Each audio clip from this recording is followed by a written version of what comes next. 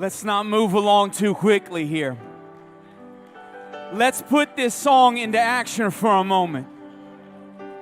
Some of y'all spoke about some impossible situations back home. I want you to think of your most hopeless student, or you yourself might have come to this conference feeling hopeless.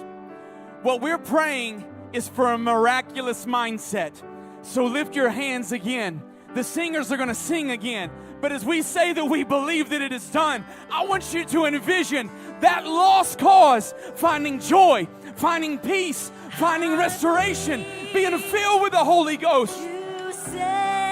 Lift up your voice and your hearts along with your hands to God.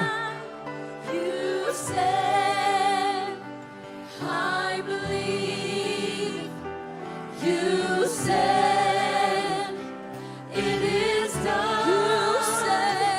You said, I believe. You said, it is done. You said, I'm gonna believe that you said, it is done. You said, I believe it. You said, it is done. You said, I believe it. You said, it is done. You said, I believe it. You said, it is done. You said, I believe it. You said, it is done. You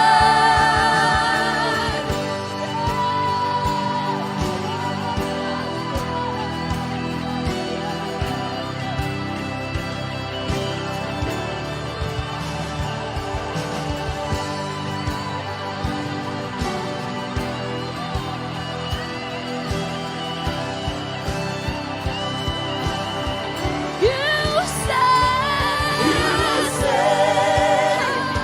I believe it. You said, it is done.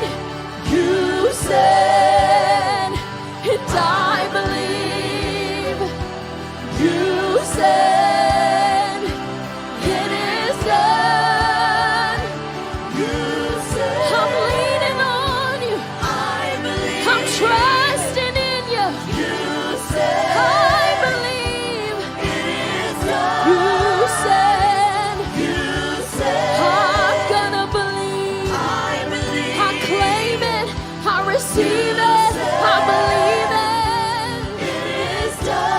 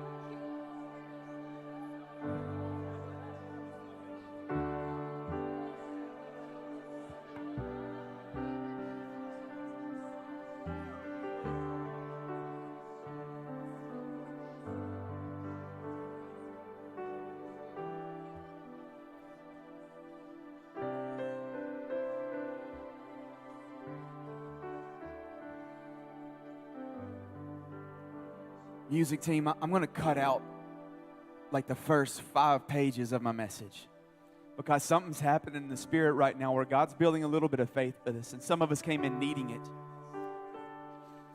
Media team, I'm going to page number 5. Y'all don't get too far away because I'm not going to be long. We're going to build some faith, and then we're going to pray over everything back home. Y'all, revival is breaking out everywhere. The devil has done everything. He's pulled out everything in his arsenal to try to stop it. He's had zero impact on the church. 2020 takes place, the church grows. Everybody's at odds with one another, the church grows. Backsliders have poured in. Young people with no hope from home are seeing parents that have never been interested coming to God. The devil has nothing on our God. We're about to leave here with a built-up faith. I'm going to do something. Please don't leave this state that we're in right now. You can do that. Please stay in this spiritual mindset because I'm not going to be long. Thank you, music team.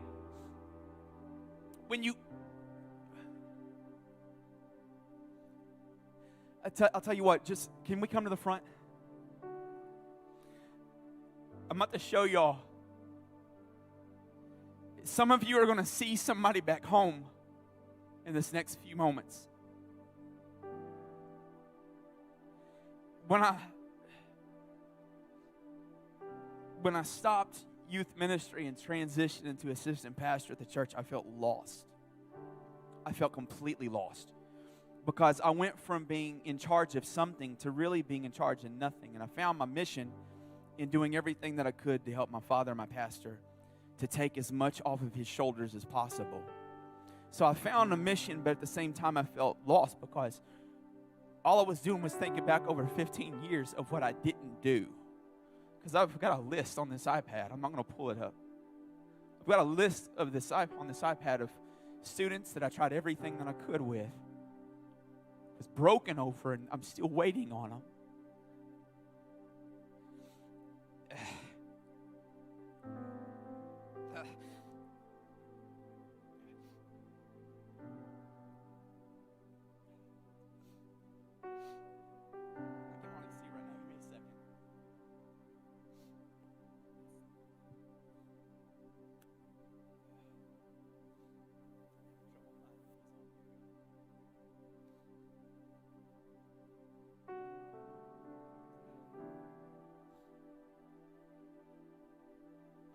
Through it because I've got pages. Hold on.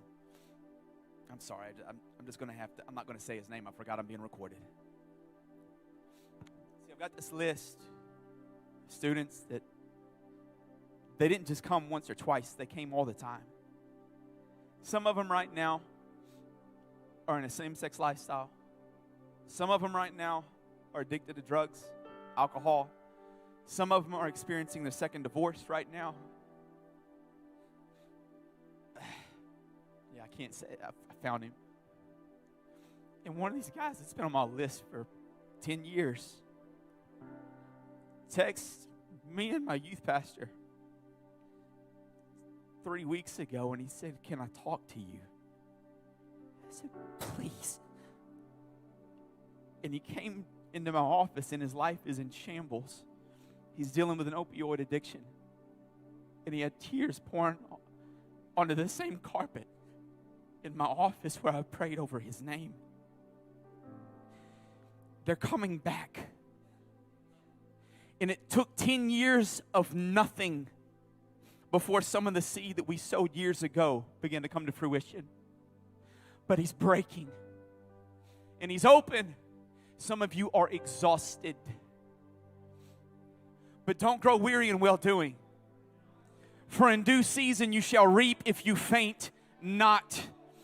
Pray those same prayers over the hopeless. I'm going to show y'all a few people real quick, and then we're going to come back to praying. If y'all don't mind, can y'all stand with me just a little bit? Is that okay? Because I don't want us to check out. I was sitting in my office, and I was trying to find my place. Thank you. I'm sorry. I just completely pulled you up and did nothing.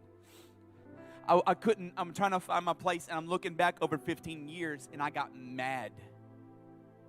And I've got one of my guys sitting in my office with me. His name is Connor. He's like my right-hand guy. He does anything I ask him to do. And I said, man, I don't know if I made enough of a difference. Decade and a half, I don't know if I made enough of a difference. And all I'm thinking about is all the things that I did not do well. I told the first split session, I was not activities guy. I come up with dumb activities.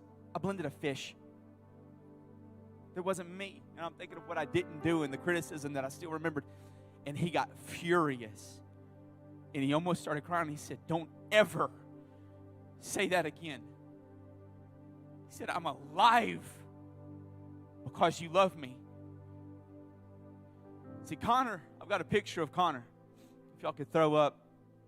It's the first picture. That's him and his girlfriend, Ashley, today. I don't have a picture from when he's younger because he forbade me to show any of them. Connor's dad died in front of him at 8 years old. It was just the two of them at the house. Connor had to dial 911 and tell them that his dad was dying. His last words on this earth was, Connor, I love you. He saw that happen. He was diagnosed years later with PTSD from how bad the situation was. His mom has dealt with all sorts of issues over the years. She's been instituted and then back out. I'm hesitant to say everything. And he started dealing with depression from a very young age. A family in the church adopted him and gave him a start that he really didn't expect or think that he deserved. And he still could never come to grips with some of the stuff that's happened in life and the insecurities he's got built into him. And so over the years, he started developing all these issues, and he had so much trauma that he was hiding and keeping to himself. And his life started to kind of fall apart. And I had him speak in our youth group, and he told them about the addictions of his past. Told in front of everybody, and then he did what he couldn't forgive himself for. He fell off again, and then he went off to college and started partying with his friends and nearly died one night due to alcohol poisoning. And he texted me that night. He said, I think I'm dying. And I said, where are you?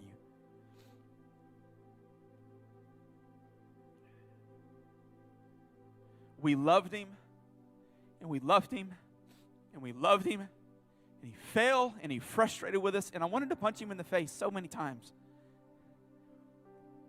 In this last year, next picture, Connor and his girlfriend and his friend Wes were our volunteers of the year because they took 2020 and they turned everything that the enemy meant for evil and turned it to good. And I'm sitting there saying, I didn't make a difference. And you overlook what God has done in you and through you in somebody's life. And we have Beth. I've got a picture of Beth with my wife. Beth is on the left in the red dress. Beth didn't talk to anybody at church. She was a student that we talked about earlier. It's like you just want to get them close to God and you can't make them. That's Beth. She wouldn't talk to anybody. I would send girls in the youth group to go talk to her and say, get Beth to talk to you. And they would come back and they said, she didn't say anything to me until finally I pushed too hard and she said, I don't like you.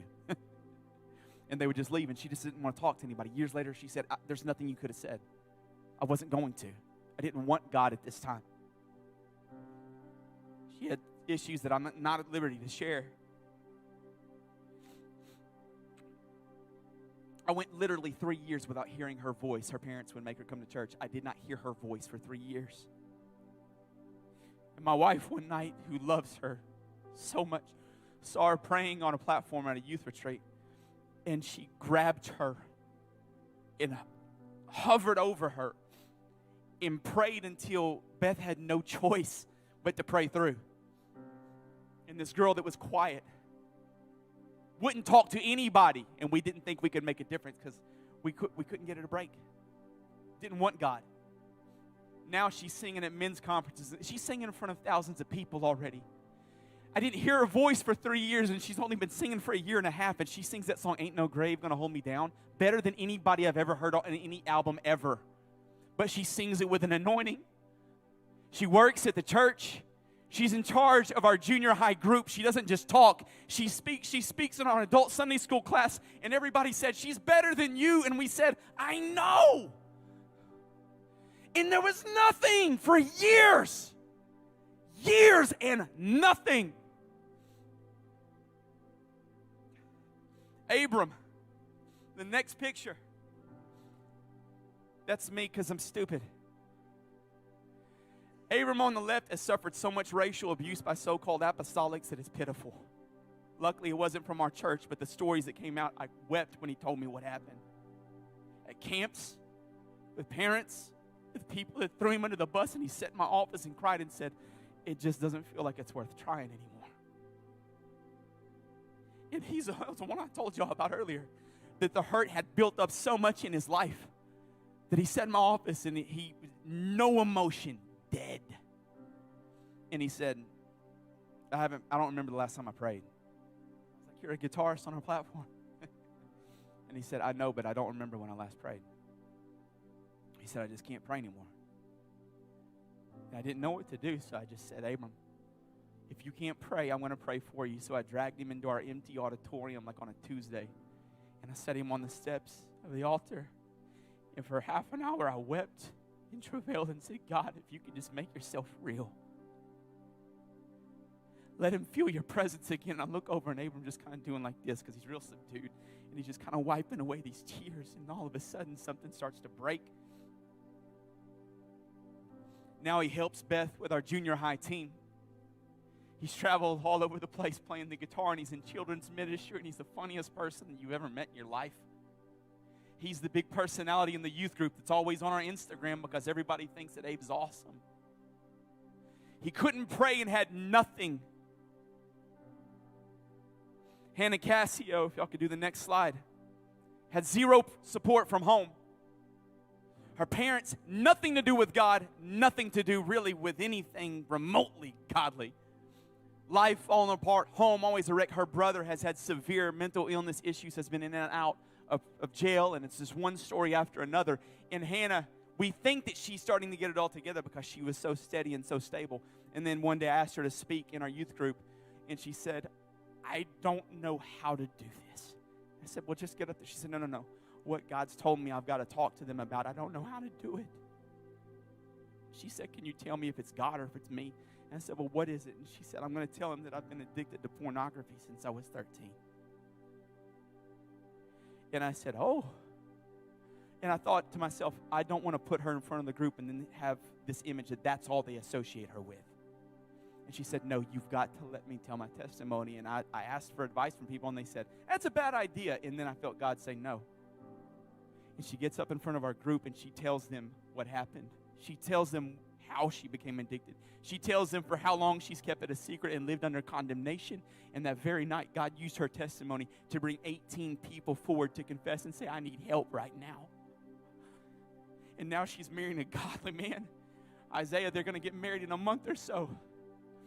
And her life is counting in a great way. She's in children's ministry. She's singing. She's worshiping. Her testimony makes a difference, but it doesn't make any difference. All these things that we say, and we talk about pornography, and we talk about these issues, and it never makes a difference. And then years later, you have somebody say it finally made a difference. Dean, his dad died when he was 10. He's on the right there. He took me and my wife out to eat at his favorite steakhouse. Dean's dad died when he was 10 years old.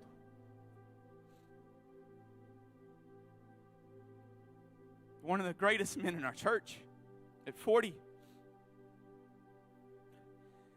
And at 8 years old, I think it was 8, I just said it earlier, Dean, y'all gonna remember him now. Dean saw by accident a scene of gay pornography online. Total accident, and it terrified him, and he ran crying into his parents' room and couldn't hardly express what he saw. But then later it came back into his mind, and he rationalized. He told me later, he said he rationalized by saying, at least I didn't see a female, so I didn't cross a certain line. And then the enemy built this stronghold in him. And y'all are saying, how are you telling this particular story? Because Dean said, I want you to tell him my story. And I said, how much? And he said, I need you to tell all of it. Because if somebody's struggling with it, they need to know that there's hope.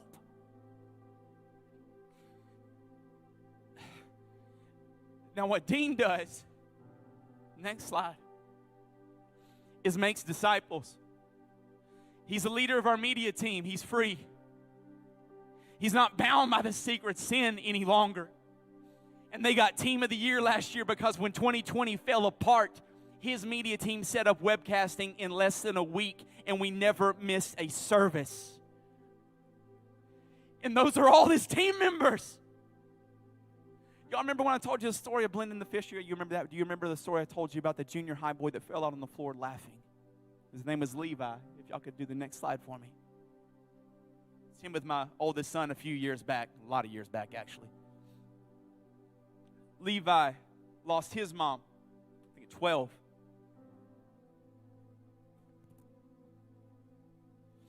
Levi comes from a good family. His dad's one of the most incredible people in our church. He's a giver. If you ever hear about Bossier City and the missions offering, his dad is right there at the front of it. He lost his mom and didn't quite understand it, and there were some behavioral issues. He had severe ADHD, and it caused some stuff. The person fake sneezing on strangers at NAYC, that was Levi. He started a dance-off with some random guy in front of the arena, and there's like 100 people watching. He was just full of personality and life, but over the years, he just kind of stopped coming.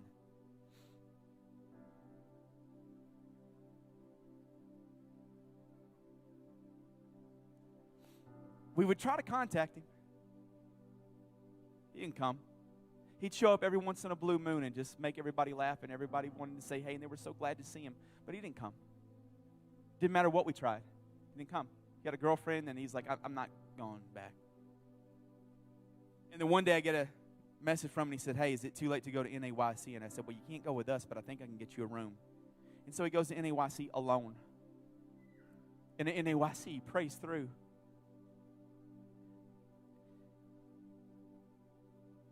And see, his dad has always told him something.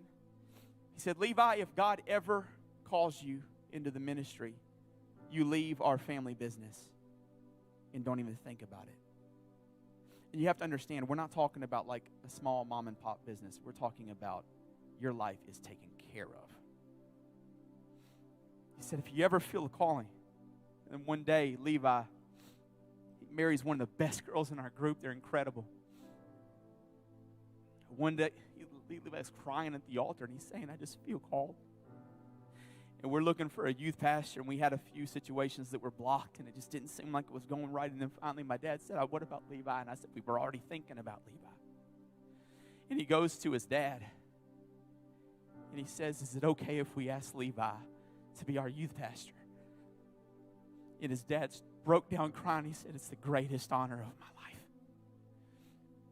So now if you ever see our social media and you see how good it looks, it's Levi. If you could do the next slide for me, this is Levi with his wife and son.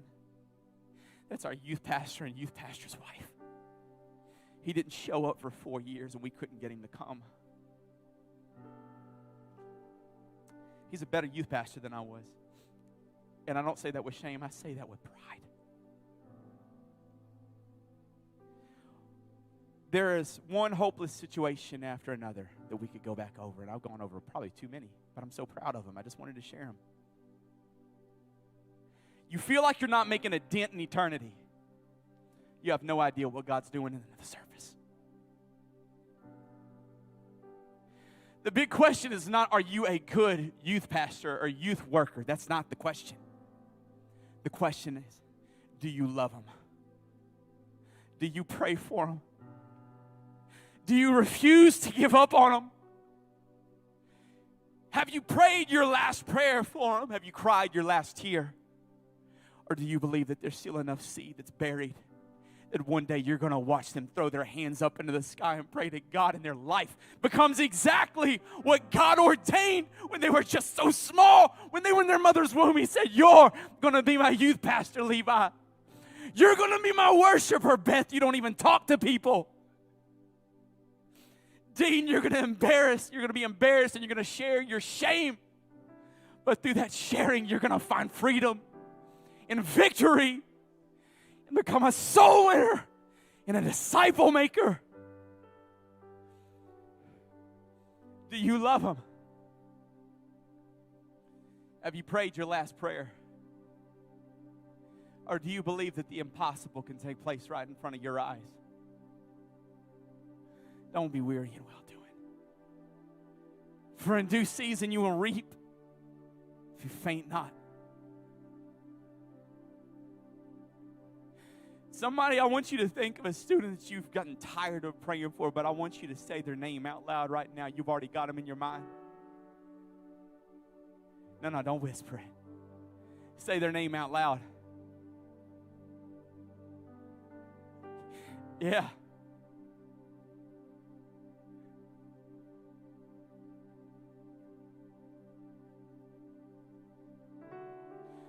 Oh no, somebody in here is broken. Your own faith has been weakened, and you're trying to do the job. Let God restore your faith right now. Somebody lift up your voice. You haven't prayed your last prayer. You're not finished sowing the seed of revival.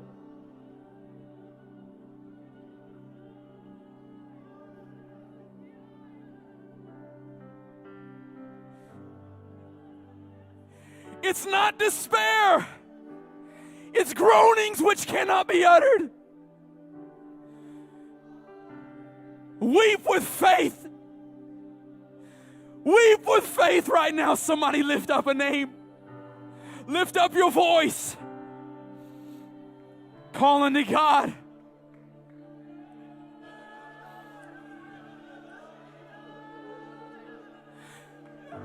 Move the immovable, break the unbreakable.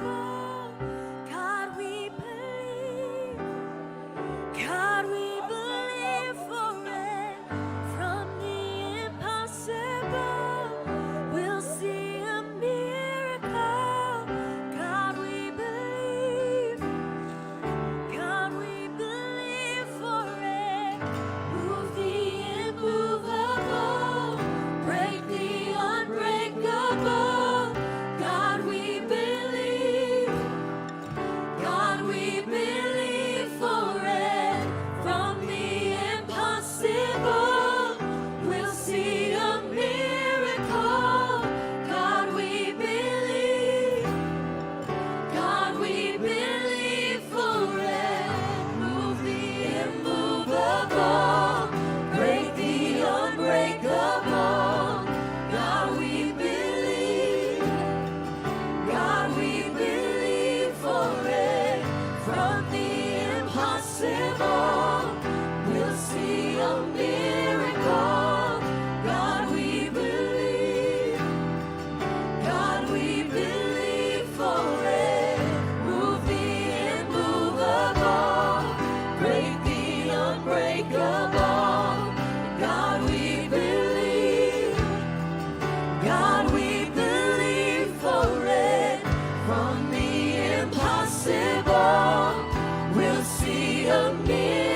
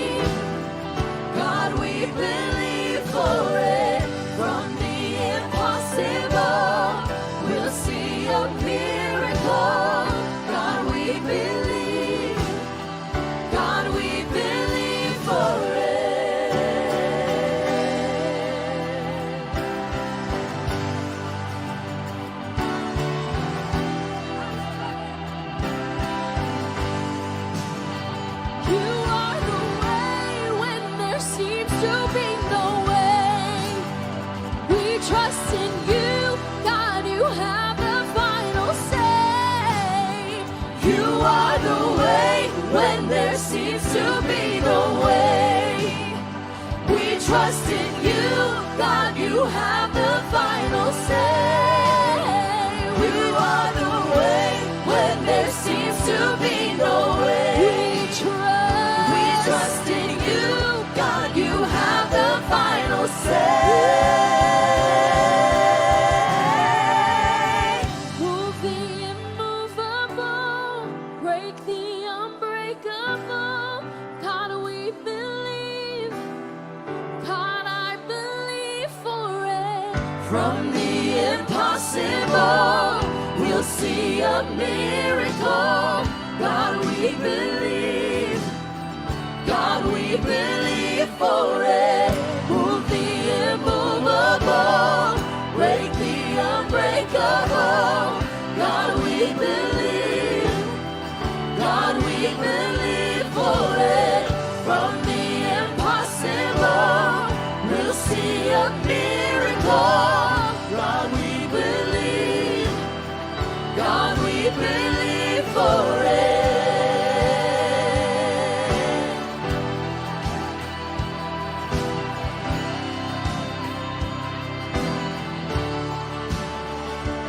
You said, and I believe, and you said that it is done. You said, and I believe that you said that it is done. You said, I believe. You said it is done. You said, I believe. You said it is done. You said, I believe. You said it is done. You said, I believe. You said it is done. You said, I stand on your promises. You said it is done. You said, I believe. You said it is done.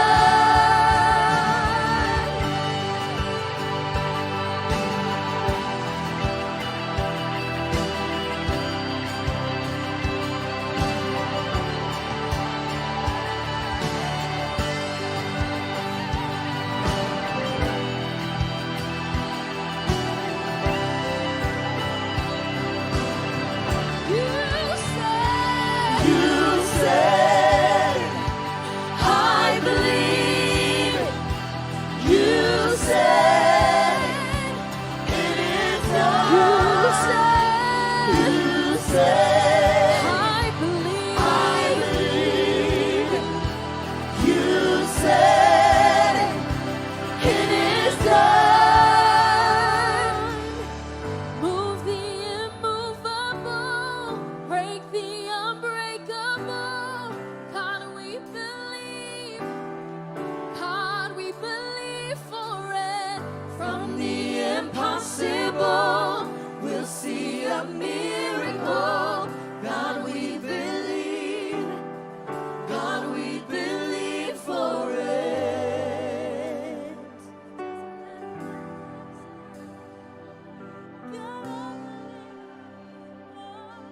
God's trying to build up our trust right now. Don't keep that to yourself. I know that it's difficult for some of us, but you need to reach over and you need to pray for somebody else right now. You don't keep that to yourself. We're about to strengthen one another in a trust in God. We're going to take Him at His word and watch it play out before our eyes. Find someone to bind together with right now You need to pray a prayer of faith over them. Pray strength back into their life. Pray strength back into their heart and their mind.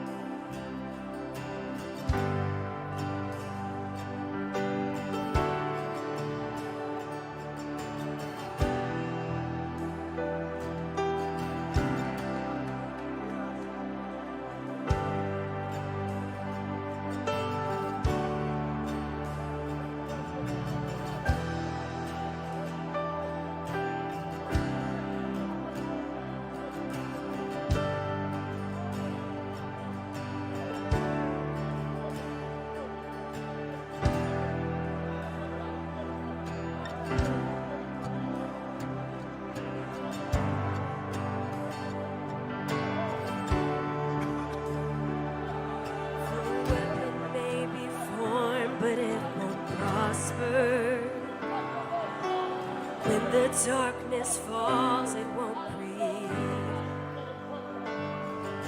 The God I serve knows only how to triumph. My God will never fail. Oh, my God will never fail.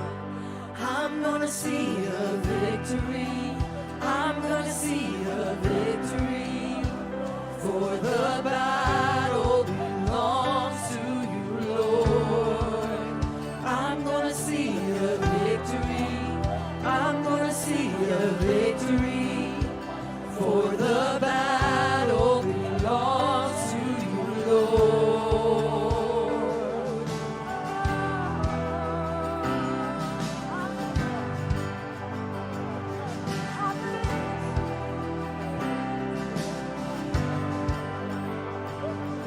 There's power in the mighty name of Jesus.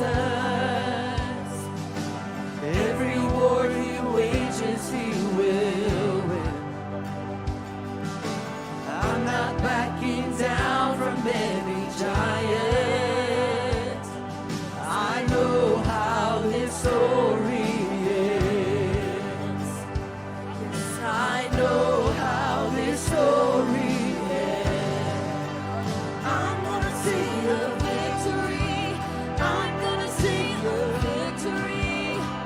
for the battle belongs to you, Lord. I'm gonna see a victory. I'm gonna see a victory. For the battle belongs to you, Lord. I'm gonna see a victory. I'm gonna see a victory.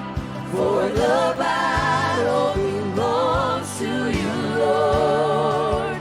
I'm gonna see a victory. I'm gonna see a victory. For the battle belongs to you, Lord. Yes, we believe in Jesus. I'm gonna see a victory. You take what the enemy meant for evil, and you turn it for good. You turn it for good.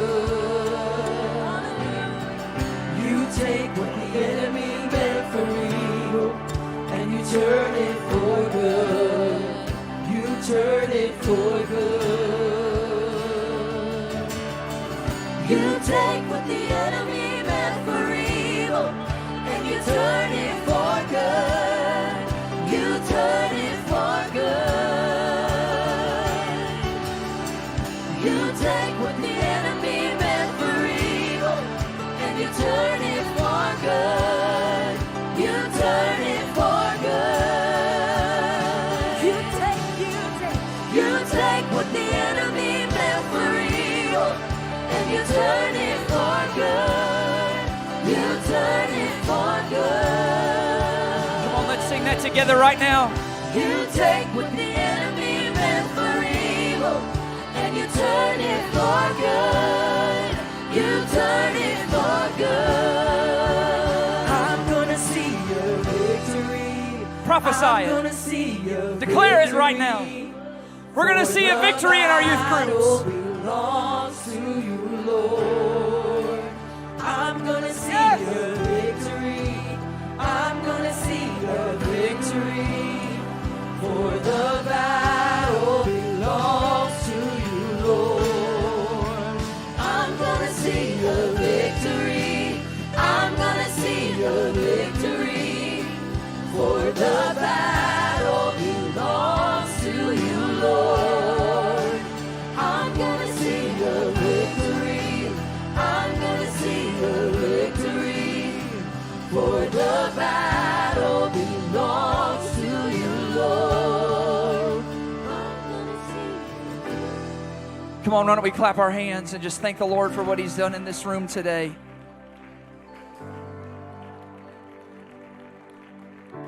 Wow. I've said this so many times, but this is truly my favorite event. You all are my heroes because youth ministry is probably one of the most thankless jobs that you can serve in. I remember when I was a youth pastor, I had a couple rise up against me, and man, not necessarily against me specifically, but saying youth ministry wasn't biblical, and then it was just an attack against it.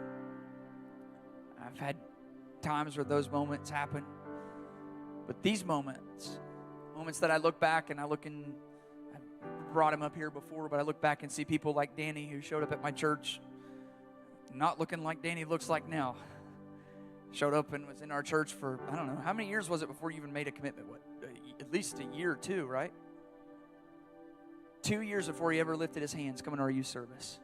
He just came there because he knew he was going to get some free food and he was going to get other people kicked out and start problems. Pastor Bounds always says Danny showed up with a Mr. T starter kit.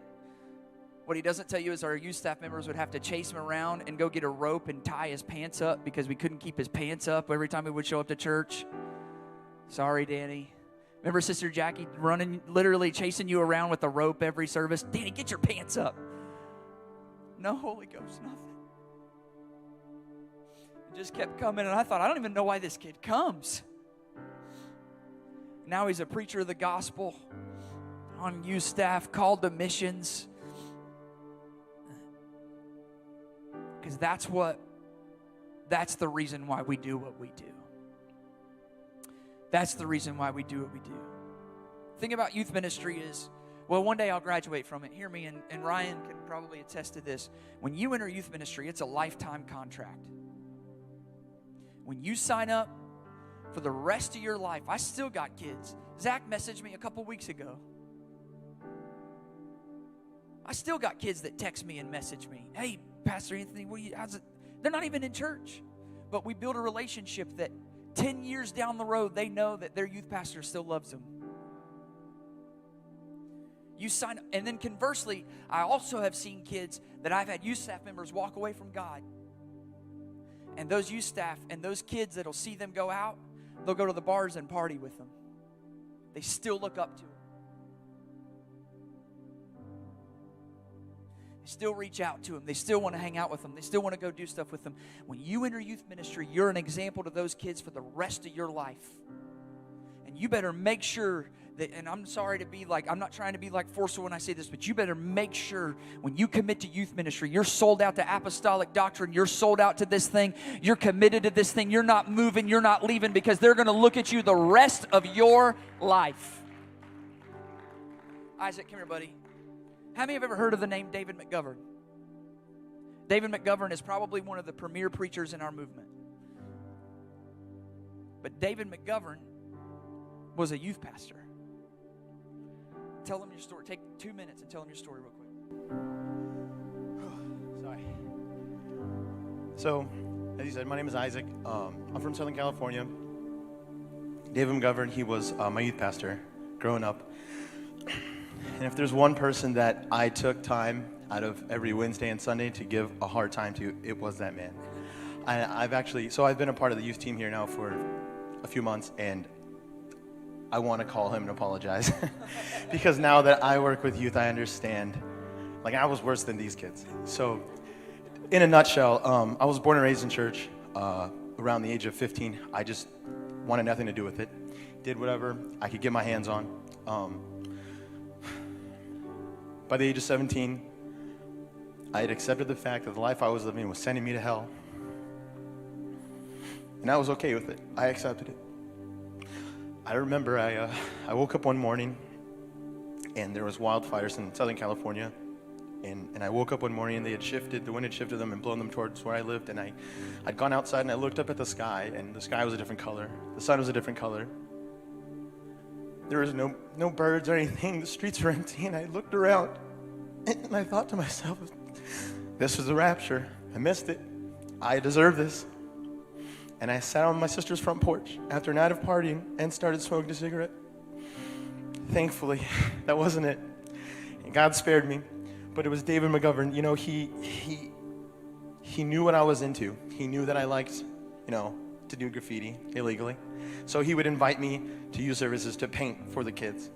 And he just kept me coming back. You know, my parents used to make me go to youth service. They said, you go to youth service, you can go do whatever you want. I would literally show up at the church with drugs in my pockets, and as soon as he said something about altar call, I was gone, out the door. Little did I know how much that man loved me, how much he prayed for me, how much time he took out of he would drive 30 minutes out of his way to pick me up to make sure I was going to events. And I remember the night that I prayed through, my cousin had ran away from home, came down to Southern California, where I lived in SoCal, because he knew Isaac's the crazy one. We're going to have fun. That night, it was a Wednesday night, my parents were getting ready to kick me out of the house. I didn't know this. And David had talked to them and said, let us take him to this youth camp. Just give him one more chance. And I remember sitting in the back of that service. It was the last night, and, I was, like I said, I was a bad kid. I was a back row bandit, right? Just sitting there making fun of everybody at the altar. And I remember telling my friends the limited Bible verses that I knew is like, there's something in the Bible that says, like, you either got to be in or out, hot or cold, otherwise God's going to spit you out of his mouth. And I was like, if that was ever me up there praying like those kids, I would have to live this life. Next thing I know, dude, David comes up and he's like, hey man, you want to go pray? I was like, not really, but let's do it. And before I knew it, I was asking God I didn't even know what repenting was, and before I knew it, I was asking God to forgive me of every single thing I'd ever done. And like I said, I wish I could call him and talk to him now and tell him how much I appreciate him and tell him that I'm sorry. But I see it now in the limited time that I've been in this role. There's so many kids that I can relate to that everybody else just doesn't want to deal with. But, it's part of God's plan, right? So, I appreciate y'all letting me share my story. That's why we do what we do. Because when it looks hopeless, looks like there's no peace. That's what a true youth pastor does. That's why we do what we do. That is what ministry is about. Amen. Thank you. Come on, one more time. Let's clap our hands. Amen. Calix, would you lead us in worship one more time? Brother Christian's going to come and dismiss us, but could one more time, why don't we just lift our hands? We're going to sing a song of worship, just a couple choruses a couple times here. But I want us to keep in mind here the goal and the purpose of what we're doing. Jesus. I'm gonna see a victory, for the battle belongs to you, Lord. I'm gonna see a victory. I'm gonna see a victory, for